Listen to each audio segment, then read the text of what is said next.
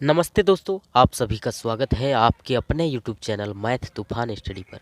दोस्तों, आज की इस वीडियो में 28 जनवरी को जो एनटीपीसी एग्ज़ाम हुआ कल, और आज ये वीडियो बन रहा है, पिछले कल हुआ एग्ज़ाम, उसी एग्ज़ाम का मैथ का सवाल लिया गया है। तो आइए वीडियो पहला सवाल आपके सामने है। कहता है किसी राशि को 8% की दर से 3 वर्षों में ब्याज और 9% की दर से 2 वर्षों के ब्याज का अंतर 96 रुपया है, तो वे मूलधन क्या है। दोस्तों, 8% की दर से 3 बरस का ब्याज और 9% की दर से 2 बरस का ब्याज का अंतर 96 रुपया है। तो दोस्तों, रुपया में 96 है, लेकिन ब्याज का अंतर देखिए प्रतिशत में कितना है। तो SI बराबर देखिए सिंपल इंटरेस्ट साधारण ब्याज बराबर होता है, SI बराबर होता है दोस्तों R/T, यानी दर और समय को गुना करेंगे, प्रतिशत ब्याज में आ जाएगा। ठीक है, SI बराबर R/T, ये प्रतिशत ब्याज के लिए होता है, रेट और टाइम का गुना। तो देखिए रेट है 8% की दर से 3 वर्षों में, साधारण ब्याज कितना हुआ, 8 और 3 को गुना करेंगे, R/T SI बराबर 8 या 24%। ठीक है, अब देखिए 9% की दर से 2 बरस का 24% ये हुआ, और ये कहता है 9% की दर से 2 वर्षों का ब्याज। तो लीजिए R/T साधारण ब्याज होगा 9 दूनी 18%, 18%। ठीक है, इसी का अंतर दिया है, दोनों का अंतर दिया हुआ है 96 रुपया। ठीक है, तो घटा लीजिए, 24 में 18 जाएगा, 24 में 18 जाएगा तो कितना 6% होगा, प्रतिशत में 6 जबकि रुपया में है 96। तो लीजिए कहता है वे मूलधन क्या है, 6% का वैल्यू 96 है दोस्तों, तो मूलधन होगा 100%। 100% का वैल्यू निकाल लीजिए, 96 ये 6 नीचे आ जाएगा, और 100% का निकाल रहे तो 100 से गुना। तो लीजिए काट लीजिए, 6 एकम 6 बचा 3 36, 6 6 के 36 यानी 16 96, 16 बार में कट गया, और 16 गुना 100, 1600 रुपया दोस्तों मूलधन था। ठीक है, आइए बढ़ते हैं अगले सवाल की ओर और देखते हैं अगला सवाल। आइए दोस्तों, दूसरा सवाल है कि 70 90 80 30 40 10 20 50 60 का माध्य और 30 के जगह पर यदि 100 कर दिया जाए तो इनके माध्यों का अंतर क्या होगा।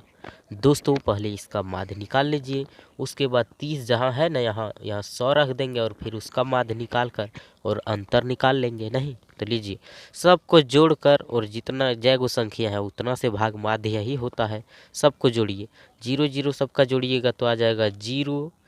अब जोड़िए 6 5 11 11 2 13 13 1 14 14 4 18 18 3 21 21 और 8 29 29 और 9 हो जाएगा 38 38 और 7 हो जाएगा दोस्तों 45। नहीं तो लीजिए 45 कै गो संख्या है उतना से भाग, 1 2 3 4 5 6 7 8 9, 9 गो संख्या है 9 से भाग। ये माध्य हो गया पहले वाला। और कहता है 30 के जगह पर 100 रख दीजिए, 30 है ना, इस 100 रख दीजिए तो ये सबको जोड़ेंगे कितना होगा, कितना बढ़ रहा है, 30 के जगह पर 100 कर रहे हैं, 100 रख देंगे तो 70 बढ़ रहा है, ज़्यादा नहीं, 30 को हटा के और 100 घुसा रहे हैं तो 70 बढ़ रहा है, तो ये इसमें 70 बढ़ जाएगा योग में, तो कितना हो जाएगा 450 में 70 जोड़िए 520, योग हो जाएगा 520, और संख्या वही 90 ठो है, संख्या सिर्फ 30 को निकाल दिया और 100 घुसा दिया। ठीक है, तो 70 बढ़ गया योग। तो ये माध्य और ये माध्य का अंतर क्या होगा, तो यही तो पूछा है। देखिए 9 से काटिएगा, 9 पचे 45, 50 ही आया 50, और ये 9 से कटेगा कितना बार में, 9 3 27, 9 चौक 36, 9 पच्चे 50, 9 छक्की 54 ज़्यादा हो जाता है, तो 9 पच्चे 45, कितना बचा 5 और 2 7 बचा 70, 9 सत्ते 63, कितना बचा 7, फिर 10 मतलब देंगे, फिर 9 सत्ते 63, फिर 10 मतलब दिए तो फिर 9 सत्ते, इसी तरह से ये तो कितना हो जाएगा 57.77। ठीक है, 50 और 57 का अंतर कितना 7 का है, 7 पॉइंट और ये 7 7, अंतर हमारा यही निकल गया दोनों माध्य का। नहीं 50 और 57, 57 में से 50 जाएगा दोस्तों, ये टिप टिप दिया गया, टिप है नहीं, ये 50 है और ये 57 है और यहाँ दशमलव है। ठीक, तो 50 57 में से 50 जाएगा तो कितना बचेगा 7 और 7.77, इसका अंतर माध्य का यही आया। तो चलिए बढ़ते हैं आगे और देखते हैं अगला सवाल। आइए दोस्तों, अगला सवाल है कि एक दुकानदार 84 रुपये प्रति दर्जन केला बेचता है तो उसे 12% लाभ प्राप्त होता है। उसे 20% लाभ कमाने के लिए कितने रुपये प्रति केला बेचना होगा। एक केला का पूछा है कि कै रुपये में बेचेगा कि 20% लाभ होगा। तो दोस्तों 84 रुपये में एक दर्जन का मतलब क्या, 12 केला।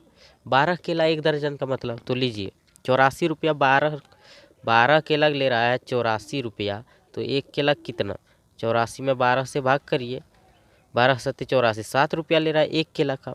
एक केला का 7 रुपया में बेच रहा है, तब जाके 12% लाभ हो रहा है। 12% लाभ का मतलब दोस्तों 112%, जबकि बेच रहा है कितना में, 7 रुपया में।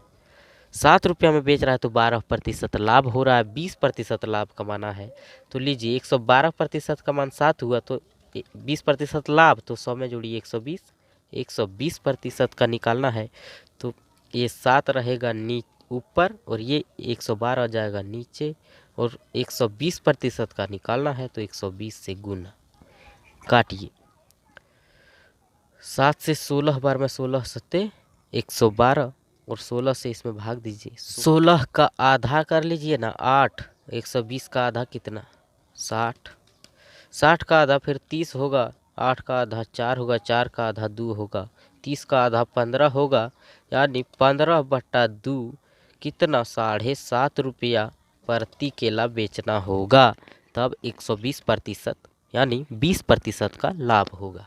बात क्लियर है। चलिए आइए अगला सवाल है, पेट्रोल के मूल्य में 20% वृद्धि हो जाने पर पेट्रोल में कितना प्रतिशत खर्च कम कर देना चाहिए ताकि लोगों को कोई असर ना पड़े। दोस्तों पेट्रोल पहले जितना रेट था उससे 20% बढ़ गया है, तो कहता कितना प्रतिशत खपत ही कम कर देंगे, खर्च कम करेंगे कि हमारा जितना रुपया में पहले चल जाता था कोई असर नहीं पड़ना चाहिए रुपया पर। तो देखिए इस सवाल को बनाने के लिए जो प्रतिशत रहेगा वृद्धि या कमी उसको ऊपर लिख लेंगे 20, और वृद्धि है तो नीचे 100 में जोड़कर 120, ठीक है, और 100 से गुना कर देंगे प्रतिशत में लाने के लिए। तो देखिए क्या 20 छग 20 से नहीं, इसका आधा 3 हो जाएगा, इसका आधा 50 हो जाएगा, यानी 50/3% का जो है कमी करना होगा। तो 3 से इसमें भाग दे दीजिएगा, तो देखिए 3 एकम 3 बचा 2, 3 छग 18, कितना बच गया 2, 2/3 यानी 16.2/3, 16.2/3% कमी करना होगा। हमारा आंसर निकल गया।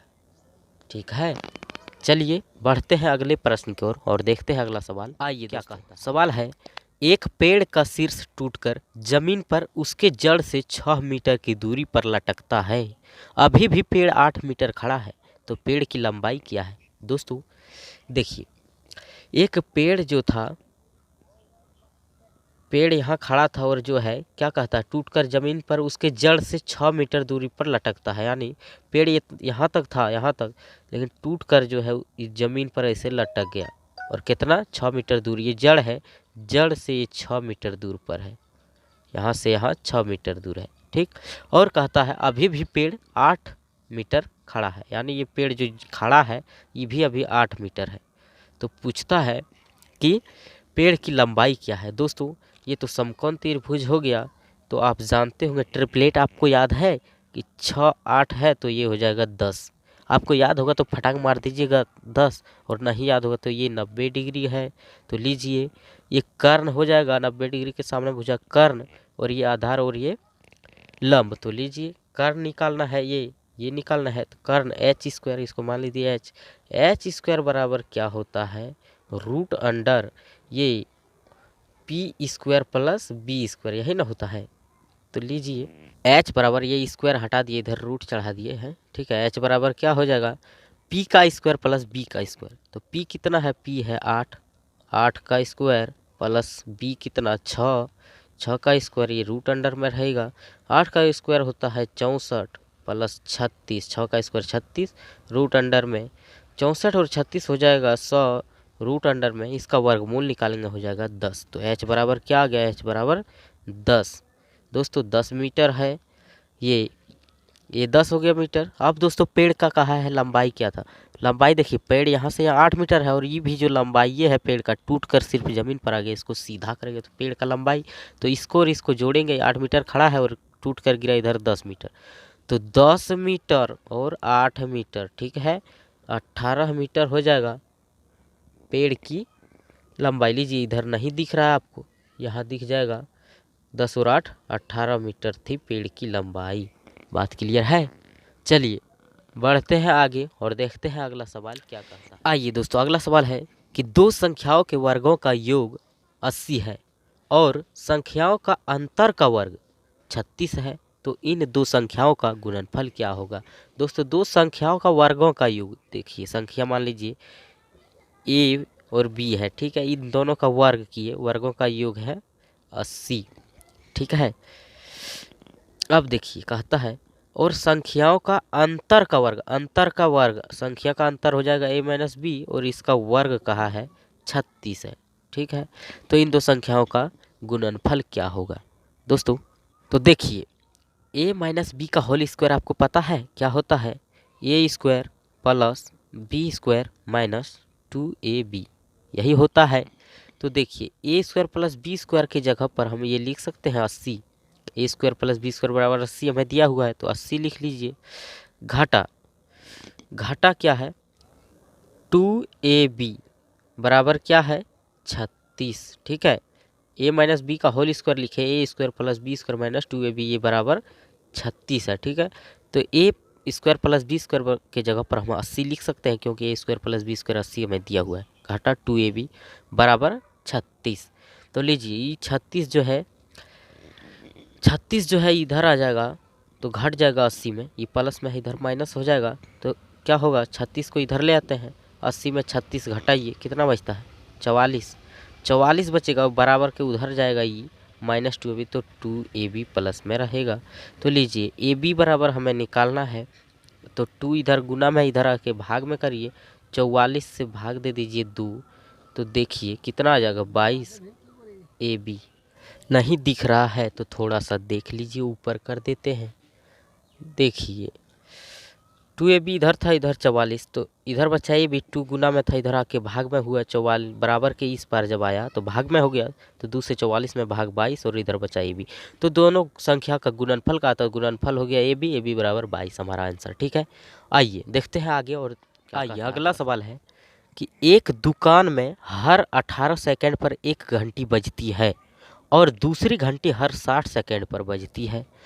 4 बजे PM पर दोनों एक साथ बजती है, तो किस समय दोनों घंटी एक साथ दोबारा बजेगी, ठीक है। दोस्तों एक दुकान में 18 सेकंड पर एक घंटी बार बार 18 सेकंड पर बजती है, दूसरी घंटी बार बार 60 सेकंड पर बजती है, लेकिन बजते बजते दोस्तों एक समय पर यानी 4 बजे PM में दोनों एक साथ बजती है, तो कहता फिर किस समय पर दोनों एक साथ बजेगी। तो दोस्तों जो सेकंड दिया है अंतराल पर बजने वाला 18 और 60, उसका लघुत्तम निकालिए, 18 और 60 का लघुत्तम निकालिए, ट्रिक से नहीं लगाइएगा तो फटाक बचपनों वाला लगाइए, 2 से काटिएगा 9 और ये हो जाएगा 30, 3 से काटिएगा 3 तिया 9, 3 दहें 30, इतना ना 2 तिया 6 तिया 18 दहें 180, लघुत्तम हो गया दोस्तों 180, लघुत्तम 180, ये सेकंड में दिया है 18 सेकंड और 60 सेकंड, तो 180 सेकंड बाद फिर बजेगा।